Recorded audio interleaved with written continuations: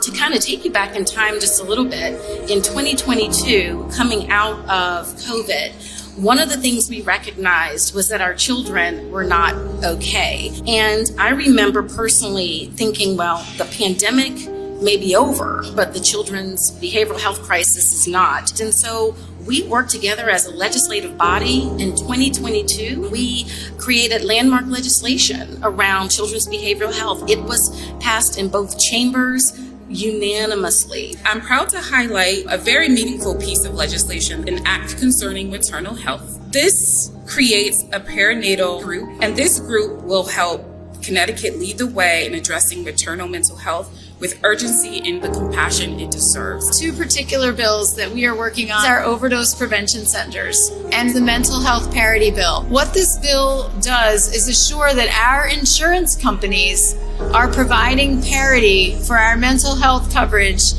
just as it is for surgical coverage and all those other physical things that happen in our body. A piece of legislation that was recently passed, an act concerning the secure transmission of minor patient safety plans to schools by healthcare providers. It is a step in the right direction to have hospitals communicate to schools when a child is released after 12 days with a safety plan. And trying to get over the legal hurdles of hospitals communicating to schools was a challenge, and this legislation does that.